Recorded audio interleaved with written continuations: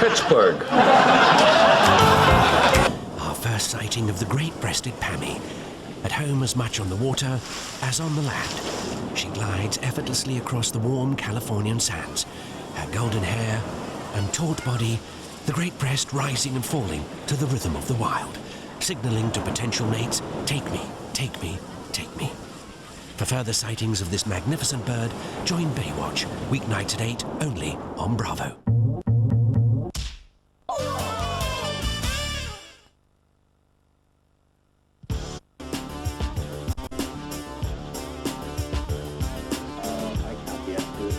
There is nothing wrong with America.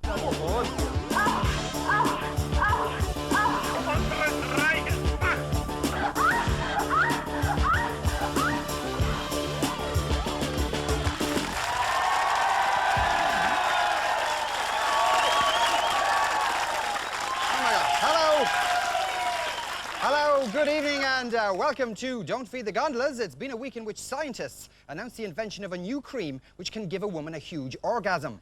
The way the cream works is that the woman opens the jar and finds a note inside telling her she's won the lotto. With Dara O'Brien tonight, a man who has come to be known as the leading light of the comedy wing of football, or the FAI as it's better known. Chairman of St. Pat's Athletics, it's Pat Dolan.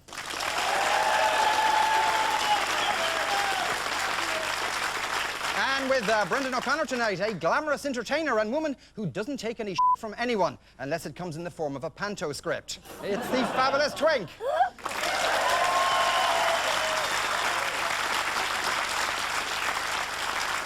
Marion Finucane Ate My Dog is the name of just one of the rounds we hope to have in future shows. In the meantime, though, we're stuck with Props in the News, where we have props, news, and the ongoing quest for a precious points. Brendan and Twink, you go first. What have you got?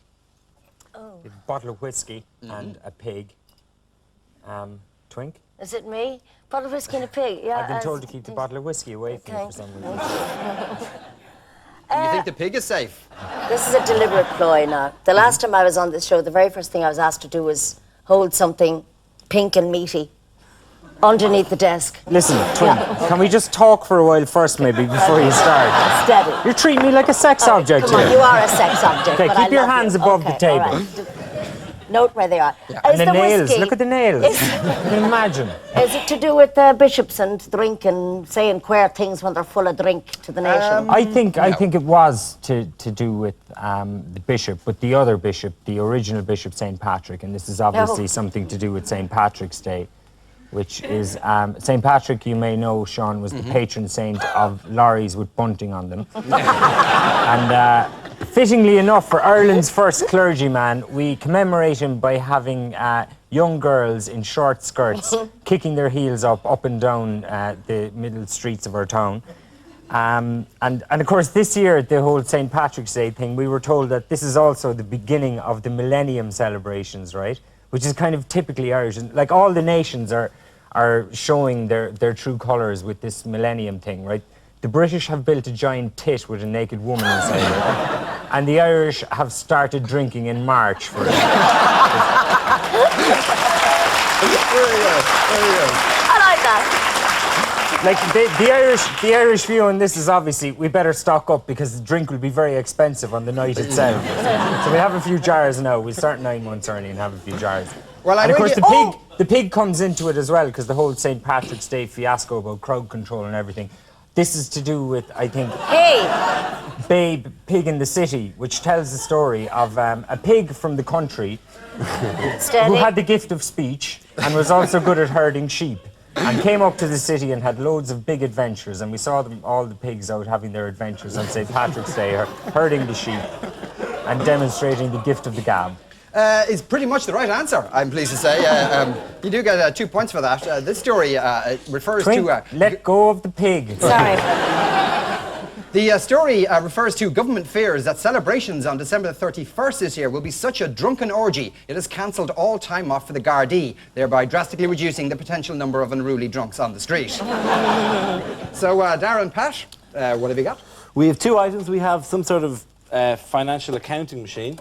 It's here. Oh, comedy prop, gold. And a hurling helmet, which I'm delighted to see. Brings up many memories. Pat, Well, I think this is the Eamon Dunphy story, Sean, that we know how successful Eamon has been on commentating on the Premiership. The ratings are very, very poor, and the accountants and RTE have said there's no more money left to pay anybody else but Johnny Giles and Eamon Dunphy. So what's going to happen now is Eamon Dunphy's going to have to commentate not just on soccer, but on the GEA. And Joe McDonough's very unhappy about this because there's enough helmets in GEA without Eamon Dunphy going to commentate on it. but he's also insisting that if he wears a helmet, he has to wear a balaclava underneath because Eamon's very beautiful on the inside. I don't know if it's precisely that. I know that it's always a common enough kind of thing. GA, money, GA, money, GA. I mean, like even people in the GA go, they're all about money. That's all they want. Like, and they were in the news this week because they're going 500 million in debt to finish Croke Park by the year 2005. And you're going to get the usual, you don't let us play soccer in Croke Park, and you shouldn't have that money, and blah blah blah blah. So you're manager of St. Pat's Athletic. When's the last time was the hurling match in St. Pat's ground? This morning. This morning, was it? Right, yeah. Was it? Convenient answer there. We cannot check. But no, there's always come, because people are always saying, like, the GA got 20 million from, and it was very, very dignified. They handed over a cheque to Joe McDonough, and Joe McDonough, in traditional GA style, lifted up the cheque and said, "Ta on check, Sean Blackburn, you!" And so it is about the GA, I presume, 500 million? They do, in fact, do get the 2 points because the story here is the news that the GAA's bank account has gone into the red. This isn't because they don't have any money. They just prefer to keep their cash under a huge big mattress. So after all that, the scores are that Dara's team have 2 points and Brendan's team have 2 points. Yeah.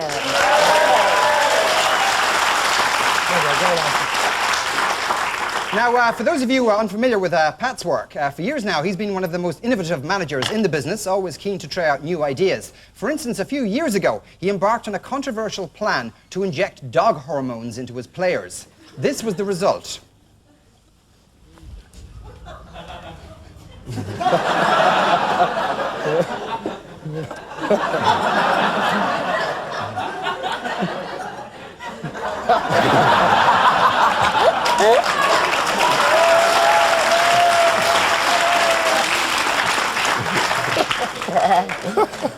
What's going on here is what's written on the big board in front of me, proving yet again the valuable role that big boards play in our society, while also demonstrating that I was dying with a hangover when I wrote this crap.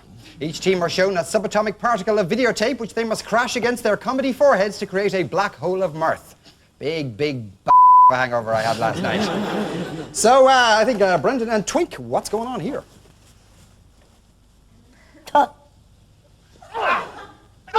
Oh.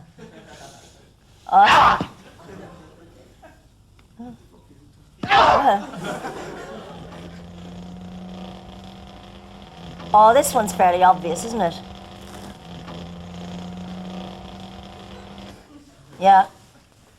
This has to be the Gallagher brothers discussing their latest video, Bray Uncovered. I actually recognise the footage, so I know what it is. I know what it is. It is the Gallagher brothers. That's my family at the beach. Where we home video, I guess. Me and my friends and everything, we always loved to roll around on the beach, wrestling with each other and having the crack and beating each other up and everything. Sure, it was only years later we realised we were all homosexuals. And then the other bit is the spin home, and it's the old story, every family has had it. Your father saying, if I have to climb in off this roof again to shove you out the window, you can all walk home. And that's what's going on there in the second bit. Am I right?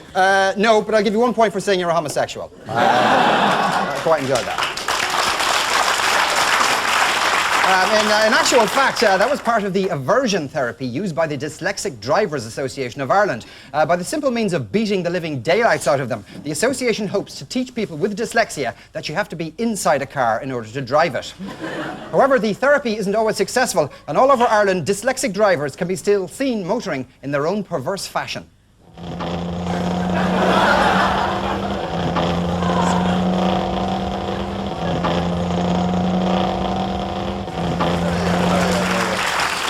So, Dara and Pat, this is what you have. Bay City Rollers, and the kids stop and say, "Were you actually talking to him?" And I want to touch you because you've touched greatness, and they believe that our whole day is spent in talking to pop stars.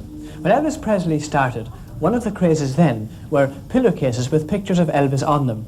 It meant that the girls in their world of make-believe could snuggle close to their hero in bed.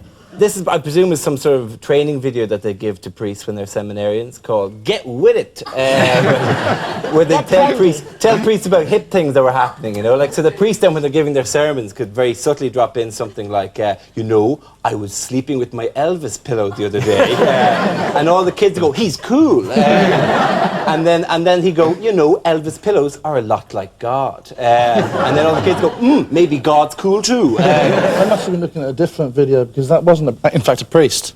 Oh, really? No, that was actually Daniel O'Donnell talking about how he relaxes away from the music scene.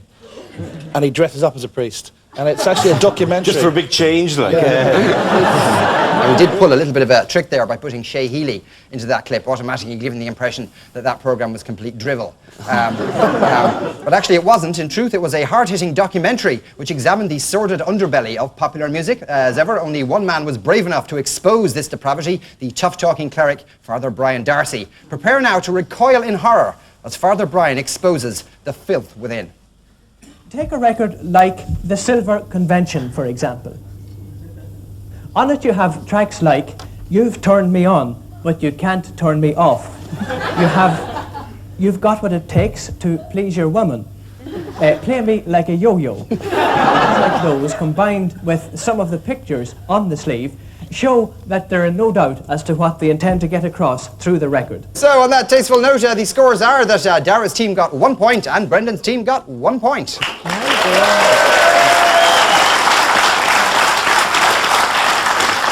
When we return after the break, Twink admits that when they shout, "He's behind you," she quite enjoys it. Back here in 2 minutes.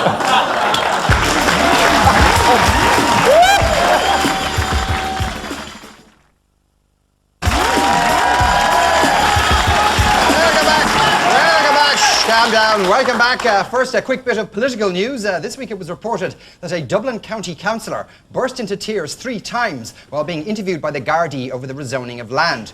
The Guards say they will now review their policy of squeezing the nipples of people they're interrogating.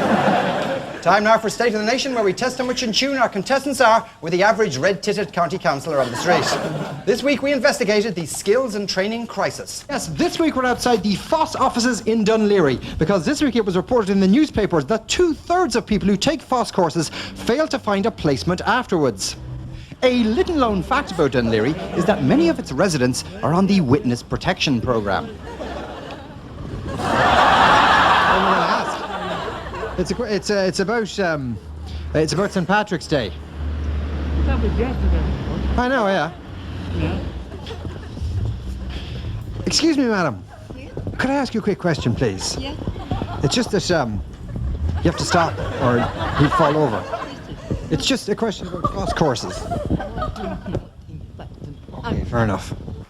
Dara, we'll start with you and the whole controversial FOSS issue. The question we asked was, this week it was revealed that only 1/3 of people on FOSS courses get a job out of it. Does this mean we'll have to build more toilets for them to clean?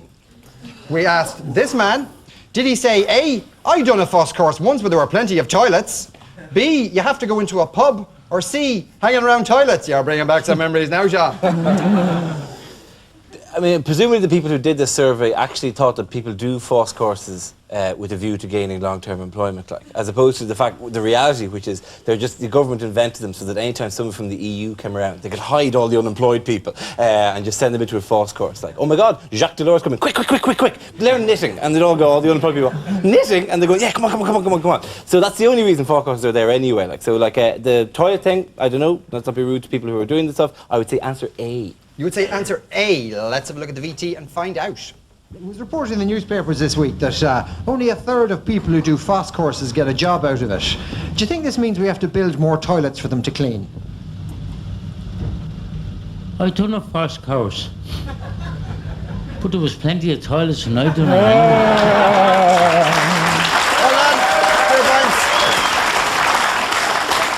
Pat, your question is, of course, about St. Patrick's Day, appropriately enough. The question we asked was, this week the streets of Ireland were covered in our national symbol, but isn't a pile of puke an unfortunate symbol to have? We asked this man, did he say, A, you talk too fast on the telly, I can't understand you? B, I'll show you an unfortunate symbol, you long streak of sarcastic misery. Or C, you have a grand big pair of hands on you, haven't you? I'd say you'd be a good man having a tug-of-war team. Did you ever try tug-of-war? It's a great sport. You get to pull a big rope and knock people over. I've got brochures if you want to see them. Do you want to see my tug-of-war brochures, do you? Well, first of all, Sean, I'd like to disassociate myself with the remarks made about people on FOSS courses by Dara. I think people on FOSS courses do a marvellous job. They are at the centre of the reinvigoration of our economy and make a great contribution to the Celtic economy. And I'd like to just make that statement there. And of course, your whole team are on FOSS courses.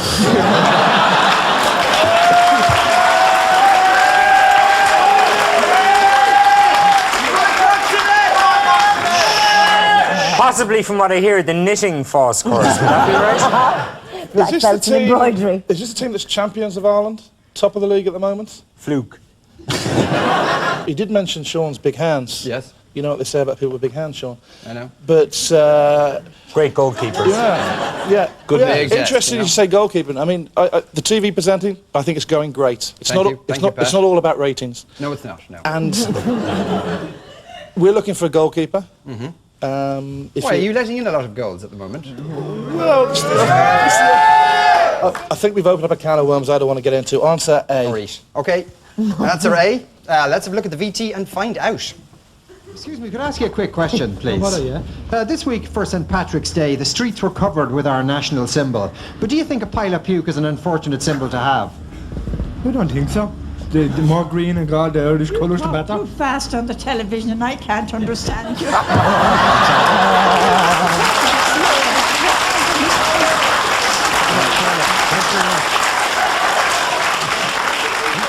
Okay, well done. 2 points. Twink, you get this week's mandatory Porrick Flynn question. What we asked was, it is believed Porrick Flynn will go quietly from his European Commissioner job. Is a quiet P what Bertie Ahern needs right now? We asked this man, did he say A, oh no, I think he'll make a big splash? B, I'm actually having a quiet P right now. Or C, who's Porrick Flynn? Who's Bertie? What's a quiet P? Where are my socks? Is that a banana? Who's Porrick Flynn? What's Brussels? Has anyone here seen Windy? Oh, I think he'll probably say, oh no, I think he'll make a big splash. Okay, let's have a look at the VT and find out. Been reported in the newspapers this week that there's a general feeling that Porrick Flynn will go quietly from his European Commissioner job. Do you think that a quiet P is what Bertie Ahern needs about now? Do I think? That Bertie Ahern needs a quiet P? I'm not quite sure what that means now. Needs a quiet P. P. What's a quiet P? Porrick Flynn is known as P. Oh, right. I don't think he's going to go quietly anyway. You think he's going to make a big splash? Absolutely, yeah. Certainly, yeah. Yeah. All right, sir. Thanks very much, sir. Okay. Does it qualify for the point because you It said does. the Oh, answer? no, it does, yeah. Because I had to You drag put it the out. words in his mouth. Yeah. All right, that's okay. Okay, finally, Brendan, your question is, this week it was claimed that 2/3 of teachers suffer verbal abuse. Do you think those fat, lazy bastards really have something to complain about? Ooh, controversial one with the audience of teachers, obviously. We asked this man, did he say, A, let's face it, I'm pissed out of my mind, there's no way I can give you a sensible answer? B, old folks, fat buggies down on the farm? Or C, you think I'm a man? Those hormone pills are bloody useless. I wouldn't mind, but my bollocks are enormous. When I visit my brother-in-law in Leicester, I have to pay excess baggage on the plane. So 2/3 of teachers are suffering from verbal abuse, and the other third are suffering from hearing problems. And the thing is, like, teachers are their own worst enemies when it comes to this, because when you did abuse a teacher, when we were back in school and we were more juvenile than we are now, you'd abuse a teacher quietly behind his back, right? And no harm done. And then he'd turn around and he'd say, well, if you have something abusive to say, why don't you share it with the whole class? And then you'd have to do that. So I think that it's possibly... Can I see those again quickly? It's all those memories of school. I'm traumatised and suddenly my self-confidence is gone again the way those bastards you're ruined pissed out of me, your mind ruined and there's me. no way you can give a sensible answer. I think so, A. You're going for A. Okay, Yeah. let's have a look at the VT and find out. It was reported in the newspapers this week that 2/3 of teachers claim they've suffered verbal abuse. Do you think those fat, lazy bastards really have something to complain about?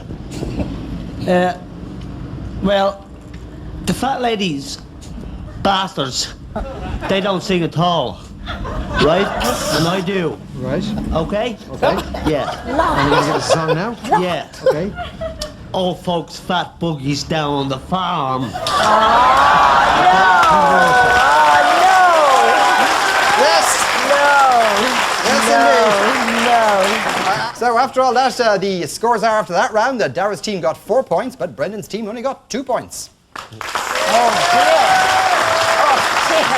get him now, Twink. Right. Time now for more hot seat of your pants action with our facts round, which, like the lovemaking of the average man, can only last for 60 seconds. So, Dara and Pat, your 60 seconds of facts starts now. According to experts, St. Patrick's Day was the day for couples to start what? Slapping their children on the street. Trying to conceive the Millennium Baby is the actual answer. Goldie Hawn last week flew to Dublin in order to help her daughter shoot what? Smack. Shoot taxi drivers. I The don't know. new Jerry Stembridge film. According to a national pro-life conference, the sex education program in Irish schools could lead to an epidemic of what? Blindness. Teen Wages. pregnancy is the actual answer. Speaking on the radio last week, the reigning CEO of Tala Hospital said the staff had been put under intense pressure to open what? Easter eggs. A On big time kebab is shop in the middle of the hospital. On time is the actual answer. Liz Hurley revealed last week she wants to have Hugh Grant's what? Testicles in a vice. Baby is the actual answer. Ex-Take That star Jason Orange last week said he'd be really happy if Robbie Williams was what? Dead. Give him a few quid, probably at this stage. Happy is the actual answer, and Mary O'Rourke has promised workers in the Great Southern Hotel that they will be fully consulted before any decision is made on the future of what? Greyhound racing in Ireland. Boys on. Sheep farm. The group is the actual answer there. Group. Sorry, didn't get that one. Okay, very good. Well done. Now, Brendan and Twink, your 60 seconds of fact starts now. To the horror of his friends, Sting has recently taken to wearing a what? He's taken to wearing Twink, and apparently he nearly has her worn out. Doty is the actual answer. In a recent survey, 65% of Danish teenagers boasted they had a personal what? Personal hygiene problem. Computer is the actual answer there. The biggest inhibitor of Dublin mothers returning to work is lack of what? Degrading, poorly paid jobs. I was going to say jobs for There was women. abundance of those, actually. Childcare is the actual answer. I'll give you 1 point for a good answer. When EU ministers met this week, Charlie McCreevy will make a last-ditch effort to save Ireland's what? Ireland's kisses for you. Duty free is the actual answer. According to his new band Westlife, Ronan Keating can get great deals on what? Pampers. Motor cars is the actual answer, Stephen sorry. Gately? Last week, the PD said they wouldn't give P. Flynn back his what? His Filipino housemaid. His EU job is the actual answer. A forthcoming report claims that girls do better than boys in what? Swimsuit competitions. In the back of a car. Is the actual answer there. And so another half-hour gap in the Monday schedule is averted. Love, thanks and praise to Dara's guest, Pat Dolan.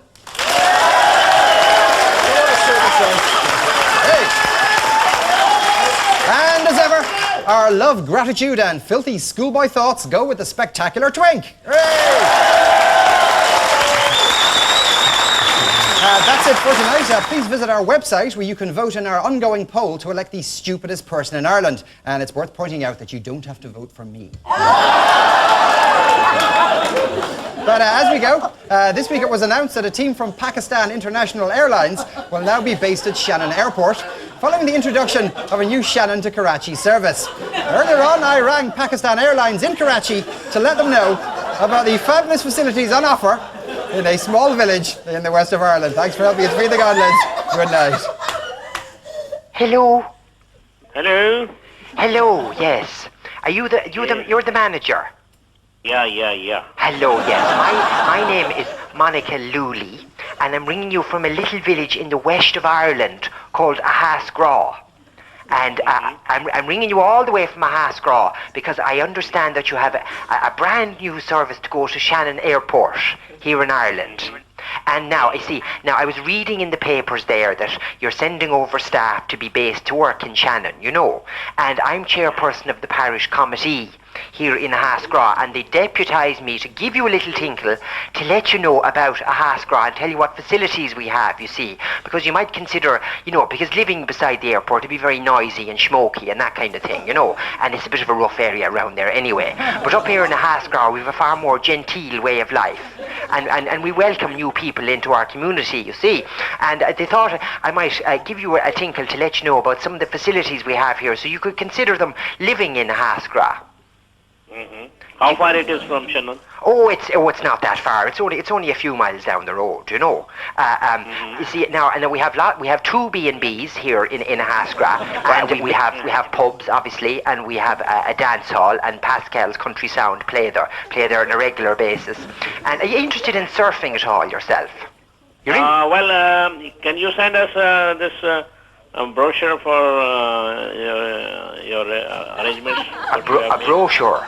Well, we don't actually have a brochure, to be honest with you. You know, we're not at that stage of readiness yet, you know. But we thought now to tell you about the surfing facilities might be the one that'd crack it, you know, because we're the only place in the world that has rural surfing. See, what we have now, there's a fella down the road, Picky Joe McWeenan, you see. Now, he had a field, but he wasn't using in the field, and he never has, because he's been living it up on the farmer's dole for years, you know. Do you have farmer's dole in Pakistan? No, anyway, it doesn't matter. But the thing is, you see, he wasn't using the field, so what we did is we dug a big hole in the field, and we filled it full of water, and we put a load of planks of wood in underneath the water, and we attached them to ropes. And what we do is we harness the ropes onto a few billy goats in the next field, and we get young fellas to whack them on the arse with brambles, you see. And it makes huge big waves. I tell you, it's spectacular now to see it from a distance. We had a load of nuns over here last week, and now one of them nearly drowned, I'll be honest with you, you know, but she'd had a few glasses of Bailey's beforehand, you know. What's your name now? My name is Kamal. Kamal, and all right, and what's your surname?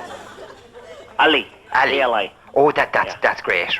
Well, thanks very much now for talking to me now, Kamal. Welcome. All right, so good luck now. Okay. Slán na bhaile. Here's a